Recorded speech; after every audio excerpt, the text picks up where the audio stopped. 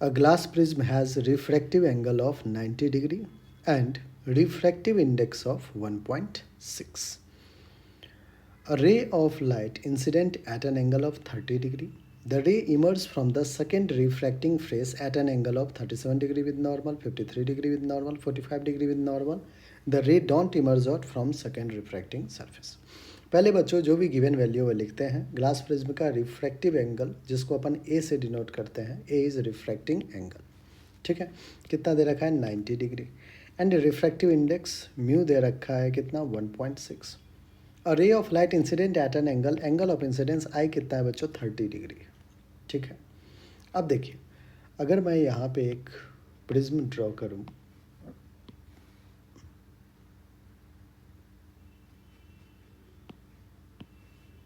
ठीक है, लेट से हमने एक प्रिज्म ड्रॉ किया. प्रिज्म का जो रिफ्रैक्टिव एंगल है बच्चों वो 90 डिग्री है.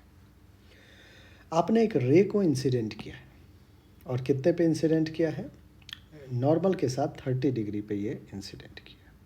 ठीक है, लेट से नॉर्मल के साथ ये रे जो है ये 30 डिग्री बनाते हुए गया है. ध्यान समझिएगा बच्चों.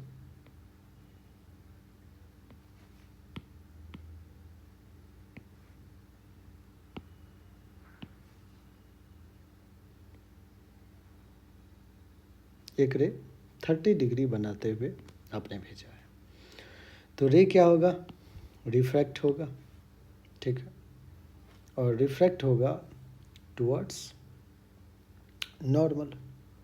रिफ्रैक्टिव क्या होगा, टुवर्ड्स नॉर्मल. तो जो एंगल बन रहा होगा बच्चों उसको मैं R1 कहता हूँ, एंगल ऑफ रिफ्रैक्शन R1. इस सरफेस पे आप अप्लाई करो स्नेल्स लॉ. ठीक है, अप्लाइंग स्नेल्स लॉ. क्यों अप्लाई कर रहे हैं स्नेल्स लॉ, जिससे कि R1 की वैल्यू पता चल जाए. स्नेल्स लॉ कहेगा म्यू कितना है 1, इसका म्यू कितना है बच्चों 1.6. तो 1 into mu 1 that is 1 into sine of 30 degree is equals to mu 2 that is 1.6 into sine of angle R1. Sine 30 1/2 is equals to 1.6 into sine R1.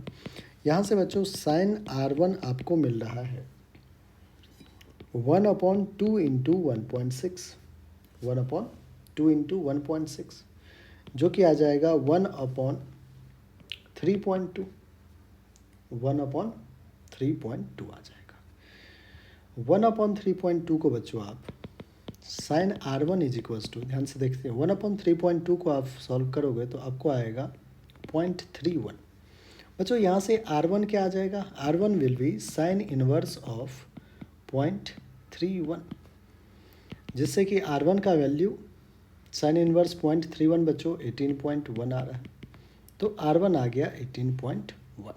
ठीक है, अब आपको पता है कि A इज इक्वल्स टू क्या होता है R1 प्लस R2. A की वैल्यू कितना है बच्चों 90 is equals to R1 18.1 plus का R2. R2 क्या हो जाएगा 90 माइनस 18.1.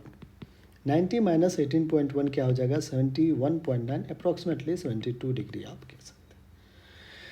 R2 आ गया बच्चों. अब है, अगर आप ध्यान से देखें तो ऐसा कोई भी ऑप्शन नहीं है. एक बार हमें ये देखना है कि क्या आखिर फोर्थ ऑप्शन तो नहीं है, रे don't emerge out of the second refracting surface. अब अगर ध्यान समझिएगा बच्चों, अगर रे को सरफेस के बाहर नहीं जाना है, अगर रे don't emerge out of second refracting surface, तो फिर तो आपको क्रिटिकल एंगल का कॉन्सेप्ट यूज़ करना होगा.